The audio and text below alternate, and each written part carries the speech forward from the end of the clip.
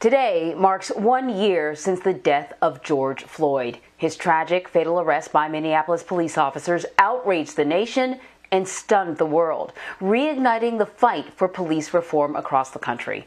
Floyd's family is set to meet with President Biden at the White House this afternoon. But first, the family will meet with House Speaker Nancy Pelosi on Capitol Hill, where Congress appears unlikely to meet the president's deadline to pass a police reform bill named after Floyd by today. The George Floyd Justice in Policing Act, which includes a ban on chokeholds and no-knock warrants, has stalled in the Senate, and both Democrats and Republicans remain divided on the issue of qualified immunity for police officers. Meanwhile, protests continue today in Minneapolis despite the murder conviction last month of Derek Chauvin, one of the officers involved in Floyd's deadly arrest. Our Jeff Pegues explains why activists feel the fight for police reform still has a long way to go. This is going to be a somber day of remembrance here in Minneapolis after a year of unrest. Some of that unrest centered around this former police precinct. This is formerly the 3rd police precinct here in Minneapolis, where the 4 arresting cops in George Floyd's case once worked. You can see within days of that disturbing video, arsonists torched the building. The intersection of 38th and Chicago has been transformed in the last year from bustling neighborhood corner to a solemn square of reflection as people from all over the world pay their respects. This is where George Floyd was killed. His final moments under the knee of a police officer caught on body and cell phone cameras as onlookers pleaded for Derek Chauvin to stop. Is he breathing right now? Check his pulse. The murder verdict last month brought relief to some, but Minneapolis resident April Foster says she still worries for her 15-year-old son. So you saw George Floyd die, and you were thinking about your son? I was thinking about my son. That could have been my son. Over time, like right now, has that fear gone away? To some degree, yes. Minneapolis's mayor and the police chief have taken steps in the last year to address the concerns of residents who believe the police department should be reformed or defunded. Just last week, the mayor outlined policing proposals re-emphasized or introduced after George Floyd's death, banning neck restraints and chokeholds, and banning most no-knock warrants were among them. Has enough changed? Has anything changed? I think that all the change is still in progress. City Council member Jeremiah Ellison. There are a lot of emergencies in our city that don't necessarily require a police response and aren't made safer by the department that we have. More people are turning to police now for help to reverse a deadly trend.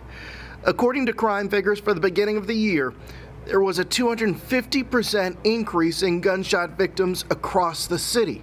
How do you weigh defunding the police when people need police help right now? Yeah, well, activists have a right to call for whatever they think the city needs. You could say that having 4 armed officers go respond to a man who supposedly used a fake $20 bill probably doesn't require that level of armed response. We still have work to do. And today is April Foster's birthday, but she says she will spend part of the day reflecting on George Floyd. I'm going to think about him and his life that he had, and he literally has changed the world.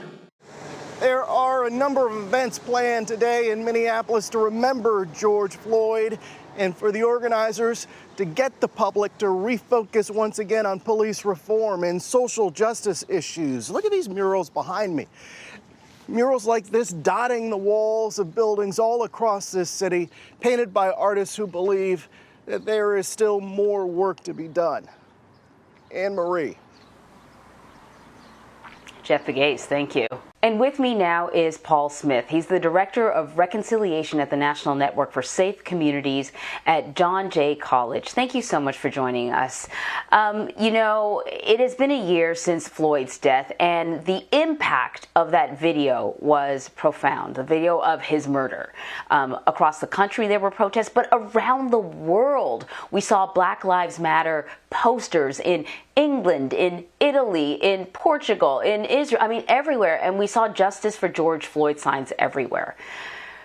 The other thing that I think really stood out about the emotional reaction immediately following his death was that when we looked at, who was taking to the streets, particularly in this country, there was a range of people, all kinds of races. There was a real coalition, a diverse coalition demanding change. I'm wondering, though, in that year, we've seen other black people die after interactions with police officers. What has changed in the year since Floyd's death, and will this momentum last? Well, unfortunately, not enough has changed. While you have more people paying attention and more people weighing in on public safety and community norms, but across the country, while state legislators have passed more than 140 new police oversight and reform laws just in the past year, it's generated a trend towards really baseline standards for police accountability and behavior, while many police agencies have re-examined training policies and practices that have been in existence for decades. Some have even banned chokeholds. Agencies are rethinking pretext stops that inordinately target minority drivers. Some cities have even looked at using public safety dollars to fund offices of violence prevention, which focus on that. And I think given the times, the incredibly important and unprecedented attention that this case has received is speaking to people who had not previously understood the estrangement and traumas of communities of color. This issue for them has been why this kind of thing keeps happening and why the system heretofore has not done much, if anything, concretely about it until the jury did so in the trial that followed the murder. Concerning the momentum, hopefully, this is the beginning of a pivot away from systematic acceptance of estrangement and violence towards Black people and marginalized communities, but particularly Black men at the hands of representatives of the system itself.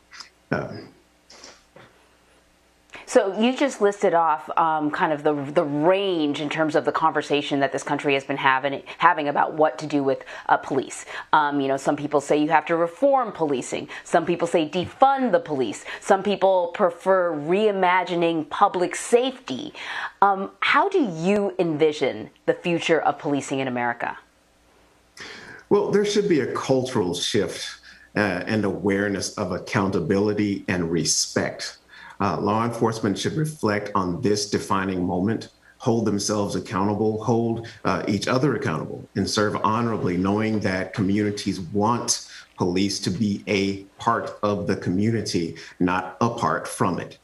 This case has shown the world what a pro-good police trial could look like. It lends itself to the positive philosophy that if police can be held accountable like all other groups are and should be, the culture of policing can be molded to have police looking like not just guardians of the community, but partners with the community.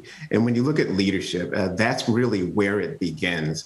It begins with leadership. When you look at the chief who displayed his humanity, discussing the sanctity of life and community values, also mildly showing disgust for the whole incident at the hands of an officer under his chain of command. That was a display of legitimacy and courageous leadership from a chief. And I think Chief Arredondo and other law enforcement officers who took the stand basically showed that they can ignore the thin blue line and pointed us all to the bottom line, that there are honest police officers who will stand in solidarity behind promoting good policing.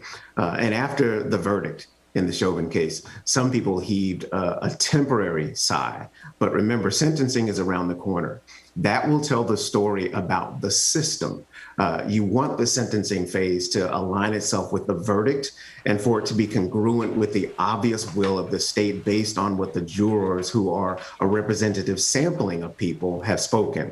So the jurors in the Chauvin case are not officials of the system. So what will be interesting to watch for will be the sentencing from the judiciary and the appeals process, which are a part of and will be a reflection of the system. So if we look at momentum and how policing can change, we're actually talking about systemic change in this country. Yeah, and you brought up something that I think is part of what's good about this conversation is that the words that we are using are different. And though, you saw justice for George Floyd, everyone or many people acknowledged that there is no justice when you have a life lost, and they stopped talking about justice or added the word accountability to the word justice, that really what needs to be done is accountable. The justice would have had to have happened before George Floyd lost his life. But the bill that is being proposed is called the George Floyd Justice in Policing Act. It is a monster bill, and I had thought to myself, if there had been some sort of ongoing evolution in policing, then this wouldn't need to be this massive bill. It really sort of addresses everything.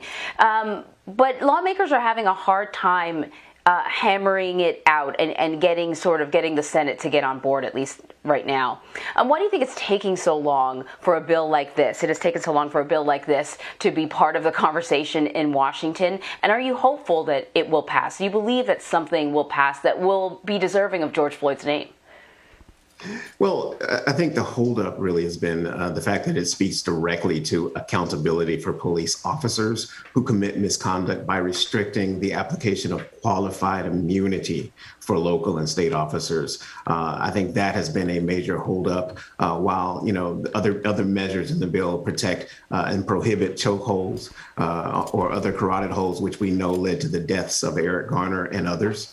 It does restrict those no-knock warrants at the federal level and incentivizes states to enact similar restrictions. But I think one thing that I appreciate about the bill is that it establishes a federal registry of police misconduct complaints and disciplinary actions. That way, if an officer leaves one agency and goes to another, that record follows him. And so the chief that would be receiving them won't say, I have a bargain on my hands because I don't have to put this officer through an academy. I don't have to put this officer through a level of training. However, with the record, given whatever's on the record, that chief and that agency can say, this officer and us receiving him could be a liability to our department, but more importantly, to our community. And I do appreciate the fact that it requires state and local enforcement agencies to receive federal funding to adopt anti-discrimination policies and training programs, including those targeting at fighting racial profiling. So yes, I hope this does pass, and whatever measures need to be addressed on the front end or on the back end, or amendments need to be made, that's fine, but I hope it does pass, yes. Paul Smith, thank you so much.